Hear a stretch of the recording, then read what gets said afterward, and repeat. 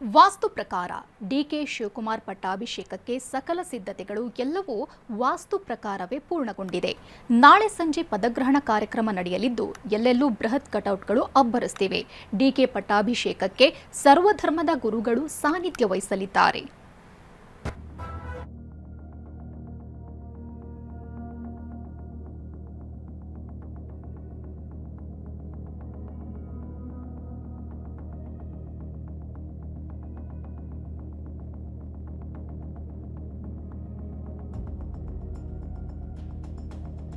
ಬೃಹತ್ ಕಟ್ಔಟ್ಗಳು ತಲೆ ಎತ್ತಿವೆ. ಗಲ್ಲಿ ಗಲ್ಲಿಯಲ್ಲೂ ಬ್ಯಾನರ್ಗಳು ರಾರಾಜಿಸ್ತಾ ಇವೆ. ಕಲ್ಲು ಮುಳ್ಳಿನ ಹಾದಿ ಸವೆಸಿ ಬಂದ ಕನಕಪುರ ಬಂಡೆಯ ಪಟ್ಟಾಭಿಷೇಕಕ್ಕೆ ಕೌಂಟ್ ಡೌನ್ ಶುರುವಾಗಿದೆ.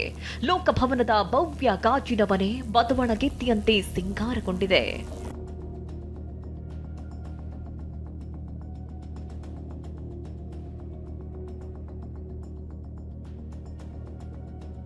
ನಾಳೆ ಡಿಕೆ ಪದಗ್ರಹಣ, ಅಣ್ಣನ ಪಟ್ಟಾಭಿಷೇಕಕ್ಕೆ ತಮ್ಮನ ಉಸ್ತುವಾರಿ. ಲೋಕಭವನದಲ್ಲಿ ವಾಸ್ತು ಬದಲಾವಣೆ, ಸರ್ವಧರ್ಮದ ಗುರುಗಳ ಸಾನ್ನಿಧ್ಯ.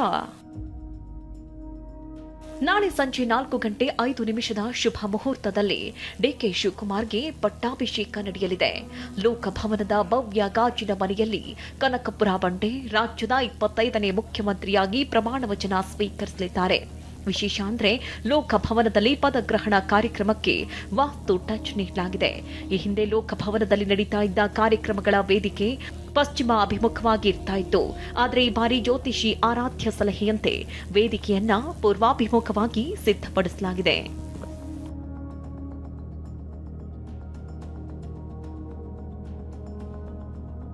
ಡಿಕೆ ಸಹೋದರ ಸುರೇಶ್ ಇಡೀ ಕಾರ್ಯಕ್ರಮದ ಸಂಪೂರ್ಣ ಹೊಣೆ ಹೊತ್ತುಕೊಂಡಿದ್ದಾರೆ.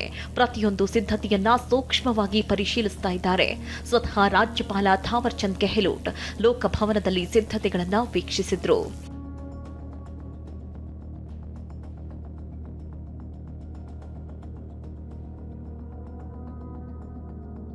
ಡಿಕೆ ಪಟ್ಟಾಭಿಷೇಕದ ಮತ್ತೊಂದು ಹೈಲೈಟ್ ಅಂದ್ರೆ ಸರ್ವಧರ್ಮ ಸಮನ್ವಯತೆ.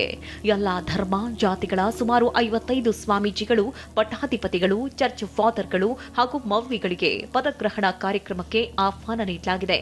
ಈ ಮೂಲಕ ಸರ್ವಧರ್ಮ ಸಹಿಷ್ಣುತೆ, ಪರಸ್ಪರ ಸಹಬಾಳ್ವೆ, ಶಾಂತಿ ಸೌಹಾರ್ದತೆಯ ಸಂದೇಶ ಸಾರಲು ಡಿಕೆಶಿ ಮುಂದಾಗಿದ್ದಾರೆ. ಆದಿಚುಂಚನಗಿರಿ ಮಠದ ನಿರ್ಮಲಾನಂದನಾಥ ಶ್ರೀ, ಸಿದ್ಧಗಂಗಾ ಮಠದ ಸಿದ್ಧಲಿಂಗ ಶ್ರೀ, ಸುತ್ತೂರು ಮಠದ ಶಿವರಾತ್ರಿ ದೇಶಿಕೇಂದ್ರ ಶ್ರೀ, ತರಳಬಾಳು ಬ್ರಹ್ಮನ್ ಮಠದ ಶಿವಮೂರ್ತಿ ಶಿವಾಚಾರ್ಯ ಶ್ರೀ, ಹರಿಹರ ಪಂಚಮಸಾಲಿ ಪೀಠದ ವಚನಾನಂದ ಶ್ರೀಗೆ ಆಮಂತ್ರಣ ನೀಡಲಾಗಿದೆ. ಹಾಗೆ ಪೇಜಾವರ ಮಠದ ವಿಶ್ವಪ್ರಸನ್ನ ತೀರ್ಥ ಶ್ರೀ, ಬಾದಾರ ಚೆನ್ನಯ್ಯ ಗುರುಪೀಠದ ಬಸವಮೂರ್ತಿ ಸ್ವಾಮೀಜಿ, ಪಂಚಪೀಠದ ಪೀಠಾಧಿಪತಿಗಳಾದ ರಂಭಾಪುರಿ ಪೀಠದ ವೀರ ಸೋಮೇಶ್ವರ ಶಿವಾಚಾರ್ಯರು, ಕೇದಾರನಾಥ ಪೀಠದ ಭೀಮಾಶಂಕರ ಶಿವಾಚಾರ್ಯರು, ಶ್ರೀಶೈಲ ಪೀಠದ ಚನ್ನಸಿದ್ದರಾಮ ಶಿವಾಚಾರ್ಯರು, ಉಜ್ಜಯಿನಿ ಪೀಠದ ಸಿದ್ಧಲಿಂಗ ರಾಜದೇಶಿಕೇಂದ್ರ ಶ್ರೀಗಳು ಕಾರ್ಯಕ್ರಮಕ್ಕೆ ಆಹ್ವಾನ ನೀಡಲಾಗಿದೆ.